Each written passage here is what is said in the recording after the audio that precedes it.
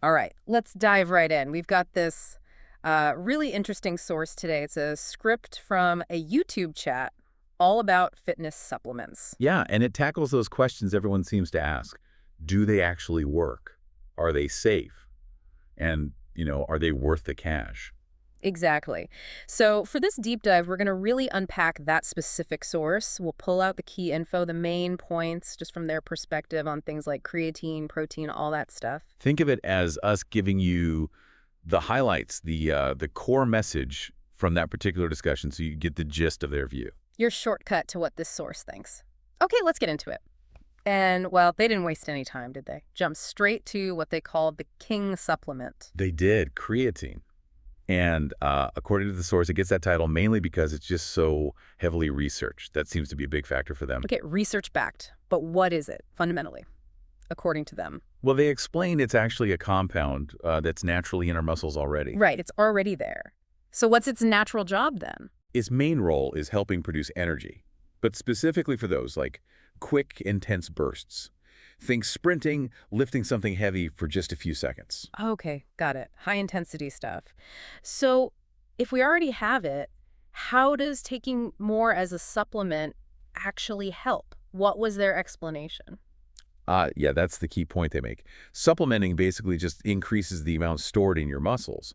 It helps regenerate ATP faster. That's the energy currency muscles use for intense work. Okay, so more stored energy, faster regeneration. Right. And the idea is more ATP means maybe you can push a little harder, squeeze out an extra rep, maybe recover a bit quicker between sets. Which leads to the benefits they focused on: boosting strength and power, speeding up recovery, and, well, helping build muscle because you can train harder overall. Exactly. And they brought up something else interesting too, potential cognitive benefits. Well, really? Like what? They mentioned it might help with things like memory, maybe reducing mental fatigue. Just throwing out there as another potential plus. That definitely widens the potential users, doesn't it? It's not just like big Right. bodybuilders. The source was clear. They see potential benefits for endurance athletes, gamers, even older adults looking to maintain function. It's broader than you might think. And did they recommend a specific type of creatine? There seem to be a few kinds out there. Yes, they were pretty definite on this. Creatine monohydrate.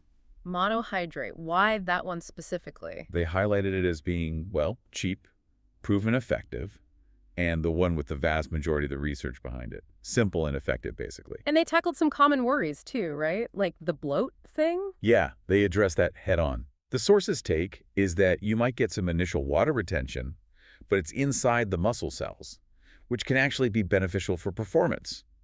They argue it's not really a lasting, uncomfortable bloat.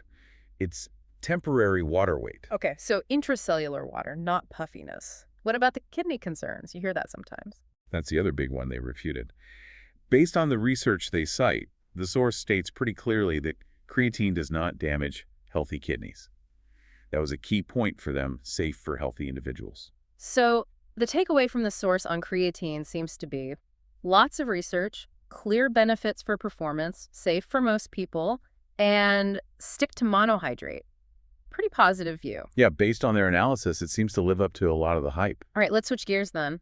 What about protein powder? You can't walk into a gym without seeing shakers everywhere. Huh, true. It is ubiquitous, and the source definitely acknowledges that all the types, whey, casein, plant-based, endless flavors. Oh, what was their core message about it? Is it essential? Well, this is where their perspective is maybe a bit different from some marketing. They really emphasize that it's not necessarily needed. It's not some magic bullet. Okay, so if it's not needed, what's its main purpose according to them? Convenience. That was the big word they used. It's positioned primarily as a really convenient tool to help you hit your daily protein goals. Convenience. Okay, so it helps when you're busy or struggle to eat enough protein from food. Exactly. Especially if you're training hard and have higher protein needs. They list the standard benefits of getting enough protein, of course. Like muscle repair, growth. Right, muscle repair and growth, helping manage hunger, maybe a small metabolic boost from protein digestion, the thermic effect. And obviously, it's just super easy post-workout or when you're rushed. Did they get into the different types much? Whey versus casein and all that? They touched on it briefly. Yeah. Mentioned whey as, fast digesting, good after workouts, casein as slower, maybe better before bed.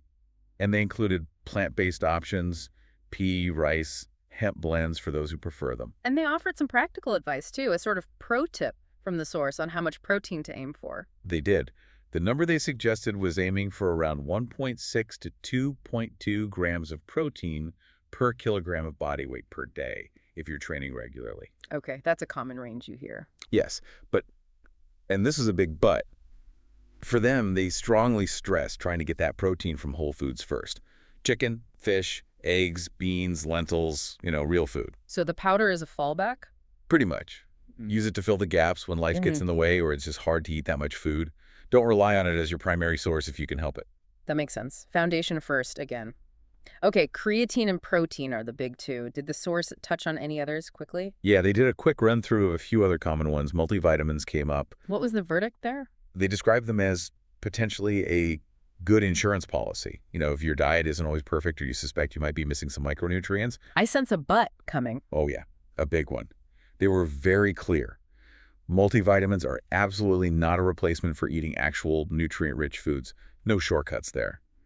Their advice was if you do take one, stick to basic, well-dosed formulas. Got it. What else? Omega-3s. Yep, fish oil. Noted for heart health, brain function, helping with inflammation. The source pointed out it's particularly useful if you don't eat much fatty fish, like salmon or mackerel. Okay. Pre-workout supplements. Those seem popular too. They acknowledged them, said they can boost energy, focus, maybe help you push harder in a workout. But with a warning. Definitely. The source cautioned against formulas packed with really high stimulants, crazy doses, as they put it. Watch out for jitters, crashes, that sort of thing. Be sensible. Sensible advice? Vitamin B. Seen as pretty crucial by the source, important for immune function, bone health, even mood. They made a point that lots of people are deficient, especially, in colder places without much sun. Worth getting levels checked, maybe. And the last one they mentioned. Electrolytes. Important for hydration, especially if you're doing long workouts or sweating a ton. Think endurance athletes or training in the heat. Helps replace what you lose through sweat. Okay, so that covers the main players discussed in the source, which brings us back to that big overarching question they posed. Bottom line, are supplements worth it? Right. And their honest truth, as they called it, really hammered home one point. It comes back to the name, supplements. They supplement something else. And that something else is the non-negotiable part. Absolutely. The source was really strong on this. Their fundamental message was you simply cannot out-supplement a bad diet or skipping your workouts. Yeah. It just doesn't work that way. So no magic pills to make up for pizza and inactivity. Exactly. They laid out a clear hierarchy. Number one priority, a solid diet, mostly whole foods. Number two, consistent quality sleep. Number three, regular effective training. Get those right first. And then think about supplements. Then, according to this source, you can consider if supplements might help fill specific gaps or maybe give you a little extra edge on top of the results you're already getting from that solid foundation. They enhance, they don't create. That's a good way to put it. They're not the foundation. They're like the finishing touches, potentially. Did the source suggest like a basic starting point? If someone has the foundation sorted and wants to consider supplements. They did offer what they saw as a simple, effective, and pretty affordable starter stack based purely on their analysis. And that included Creatine monohydrate, we talked about why.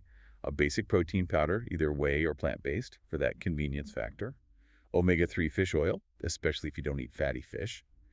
And vitamin D, particularly if you live somewhere with less sun or suspect deficiency. Okay, so a fairly streamlined list based on their reasoning. Yeah, focusing on things with decent evidence or that fill common dietary gaps, according to their view. That really sums up the source's perspective nicely. It all comes back to getting your house in order first. That's the thread running through the whole discussion, really.